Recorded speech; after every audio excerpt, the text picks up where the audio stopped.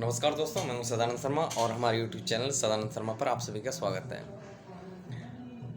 आज मैं बात करूंगा शासन और प्रशासन पर जो दी हुई सुविधाओं के बारे में। शासन ने कई तरह की सुविधाएं आम जनता के अंतर्गत सभी को दी हैं और वो उन सुविधाओं का लाभ उठाने के लिए हम सोचते रहते हैं और कुछ सुविधाओं का लाभ उठाते भी हैं। और कुछ ऐसी सुविधाएं होती हैं जो ऊपर से सुविधाएं दे दी जाती हैं, मुहैया कराई जाती हैं और लास्ट तक उनको आने में या तो टाइम लग जाता है और या तो सुविधाएं पूरी तरीके से हम लोगों को मिल नहीं पाती हैं। ये तो शायद आप सभी लोग जानते होंगे कि जैसे बैंक का नाम आप सभी लोगों ने सुना होगा। बैंक भी कई तरीके के होते हैं। अगर गांव में, ग्रामीण क्षेत्रों में बैंक की बात करें तो बैंकिंग की टाइमिंग शहर और गांव में 10 से 4, और अगर आप बैंक में पहुंचेंगे तो बैंक 10:30 बजे खुलता है। खुलने से मतलब नहीं खुल 9:45 पे जाए या 10 पे जाए, काम की स्टार्टिंग 10:30 से ही होती है। आप जाएंगे 10 से पहले वहाँ लाइन लगाने के लिए। बैंक का काम 10:30 बजे से स्टार्ट होगा। लाइन में लगना पड़ेगा।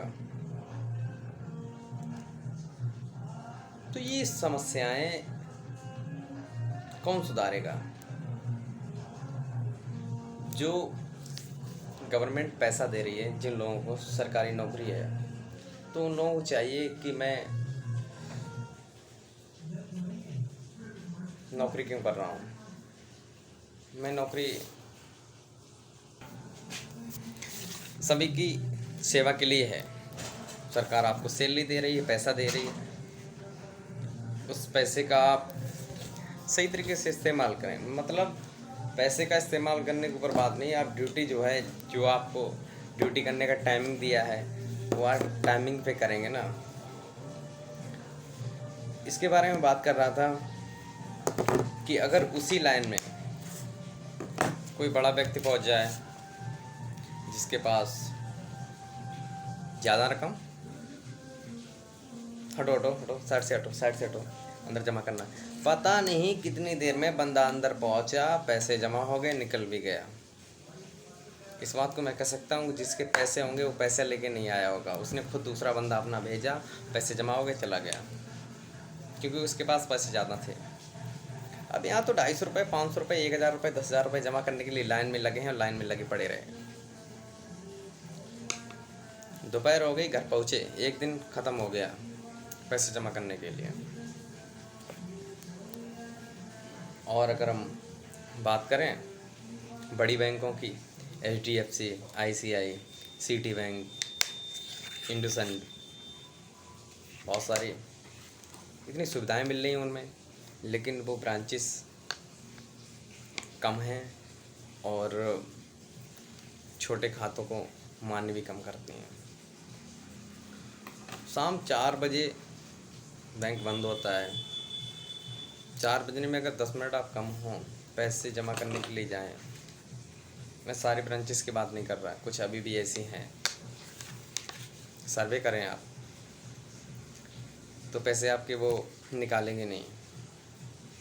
टाइम हो गया, मैं अपना काम कर रहा हूँ, 3 बजे के बाद नहीं काम होता है। ऐसा क्या होता है?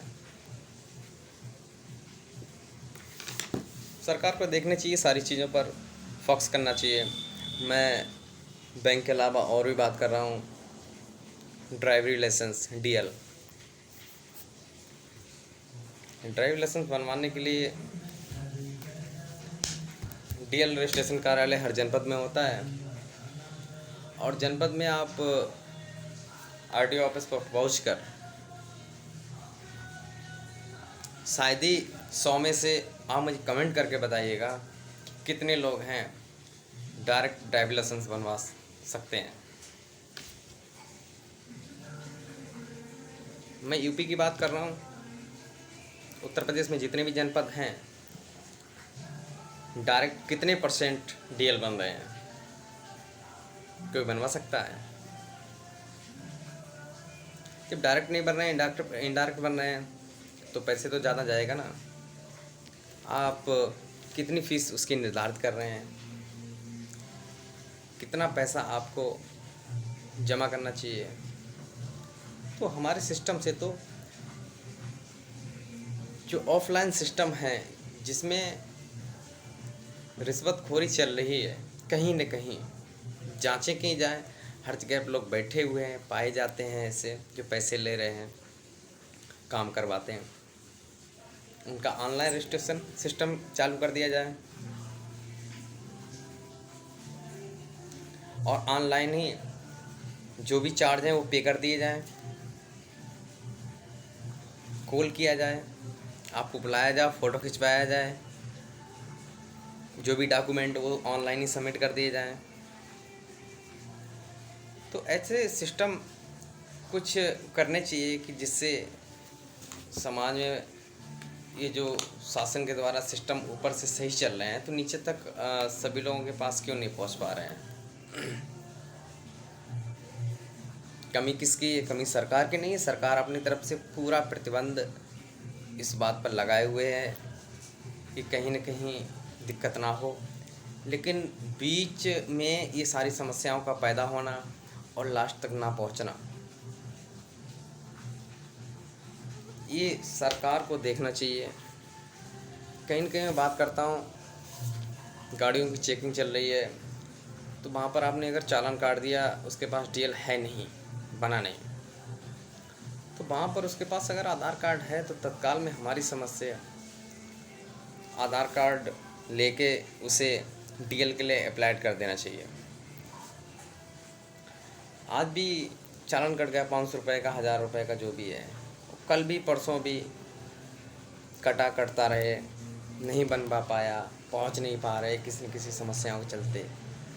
ये कुछ ऐसे काम होते हैं कि नहीं तत्काल में नहीं कराया जा सकता, तुरंत नहीं होते, इनमें टाइम भी लग जाता है।